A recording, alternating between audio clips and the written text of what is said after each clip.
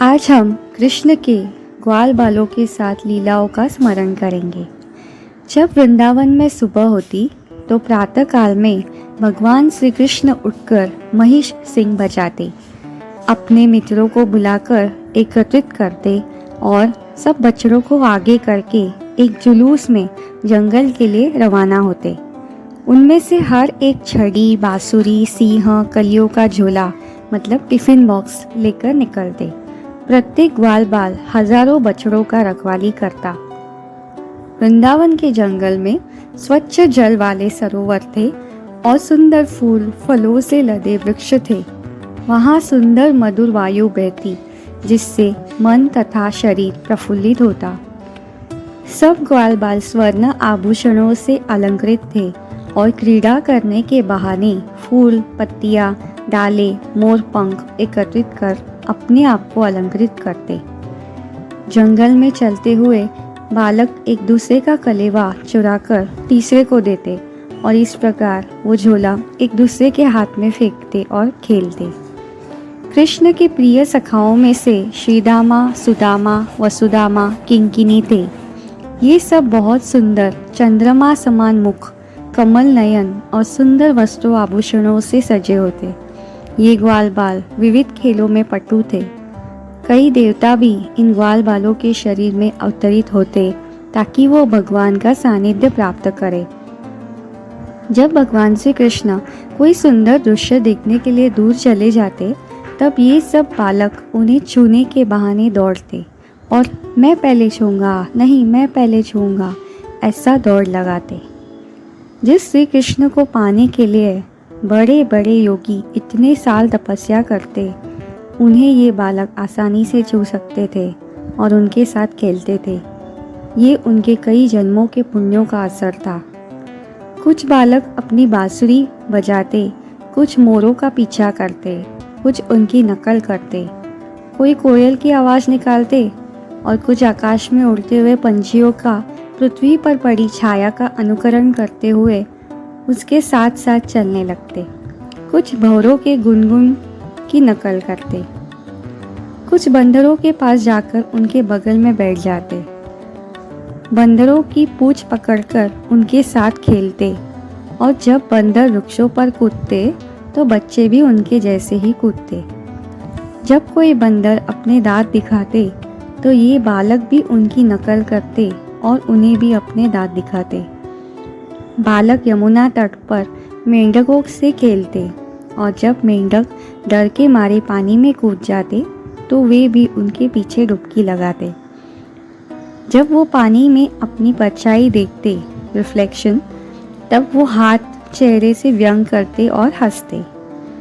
सूखे हुए कुएं के पास जाकर जोर से शब्द करते और जब प्रतिध्वनि आती तो गाली देकर हंसते। कभी सिंह की आवाज से डरकर भागते हुए पक्षियों को देखकर कृष्ण और बालक उन पशुओं के पीछे भागते। जब वे थक जाते तो बैठ जाते। बलराम आराम करते और वो अपना सिर किसी बालक के गोद में रख देते।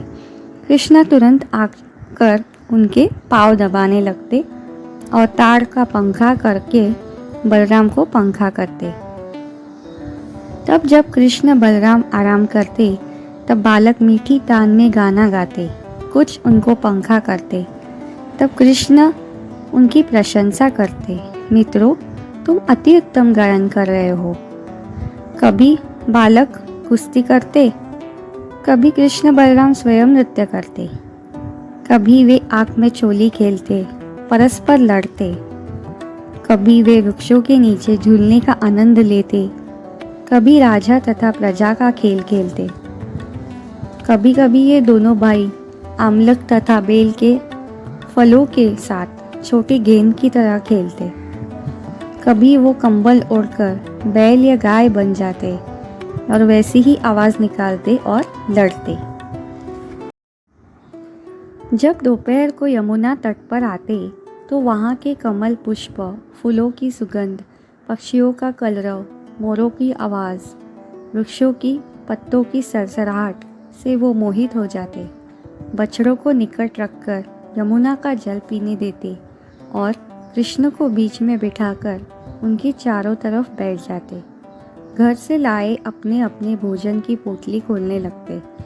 सभी बालक भोजन करते करते कृष्ण को निहारते रहते। ऐसे लगता जैसे कृष्ण कमल के मध्य भाग है और बाकी सब ग्वाल बाल पंखुड़ियाँ है। भोजन करते करते कृष्ण के साथ हंसी ठट्टा करते आनंद लेते। उनके भोजन में दही, माखन, चावल तथा फलों का खंड टुकड़े होते। तो जो समस्त यज्ञों के फल को स्वीकारने वाले यज्ञ पुरुष परम भगवान श्री कृष्ण हैं, वो उनके साथ हंसते हंसते वृंदावन में कलेवा करते। ये दृश्य देवतागण आकाश में से देखते और दिव्य आनंद लेते। जब गेंद खेलते खेलते ये हंसते तो उनकी आवाज़ पूरे व्रज में गूंजती। तब कृष्ण अपनी पगड़ी एक हाथ से पकड़कर दूसरे हाथ से उछलकर गेंद पकड़ते और कहते, मैंने पकड़ लिया, और बिजली की रफ्तार से गेंद को फेंकते। तब उनमें से एक पटु खिलाड़ी था, देवप्रस्थ, जो कृष्ण को चिढ़ाता, बस कान्हा, यही है तुम्हारा खेल।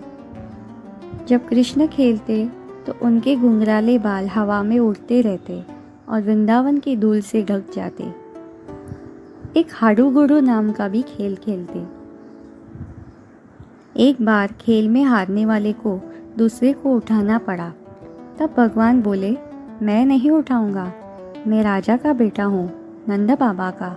मेरे पास 9 लाख गैया है, मैं तुम्हारे कंधे पे क्यों उठाऊं? तो सखा बोलता है, ए कन्हैया, तू नहीं उठाएगा ना तो तेरे साथ खेलेंगे ही नहीं।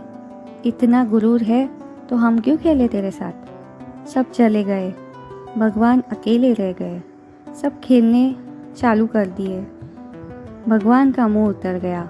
गए, माफ़ी मांगी। सब बोले, हाँ ठीक है, तुझे भी अपने साथ ले लेंगे।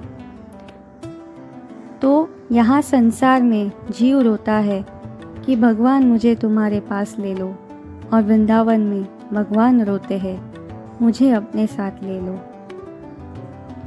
और एक पकड़ापुरा के बारे में प्रसंग आता है। जब सब ग्वाल बाल कृष्ण के साथ होते तो उन्हें कुछ याद नहीं रहता, भूख प्यास सब भूल जाते। तब एक ग्वाल बाल बोला, मुझे प्यास लगी है। तब अचानक से सबको याद आ गया कि उनको भी प्यास लगी है। तब सब कृष्ण की तरफ मुड़ गए और कहने लगे, कृष्णा, हम जानते हैं तुम बहुत शक्तिशाली हो, हमारे लिए पानी का प्रबंध कर दो ना। तब कृष्ण ने अपनी मुरली पर एक सुंदर धुन बजाई।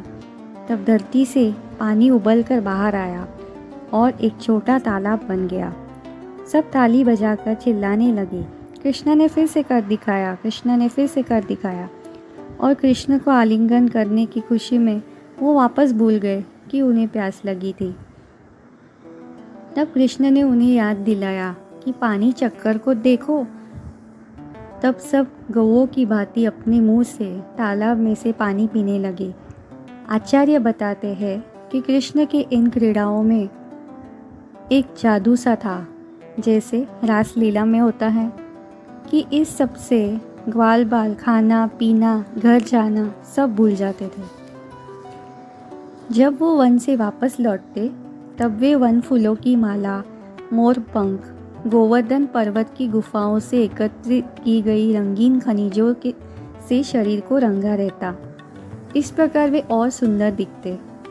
तब उनकी माता उन्हें स्नान कराती, स्वादिष्ट भोजन खिलाती, फिर उन्हें बिस्तर पर लेटाकर उनके कार्यकलापों से संबंधित गीत गाती। यूं ही बिस्तर पर लेटे हुए उन्हें प्रगाढ़ निद्रा आ जाती। इस प्रकार कृष्ण बलराम ग्वाल बालों के रूप में वृंदावन में जीवन का आनंद भोग रहे थे। हरे कृष्णा।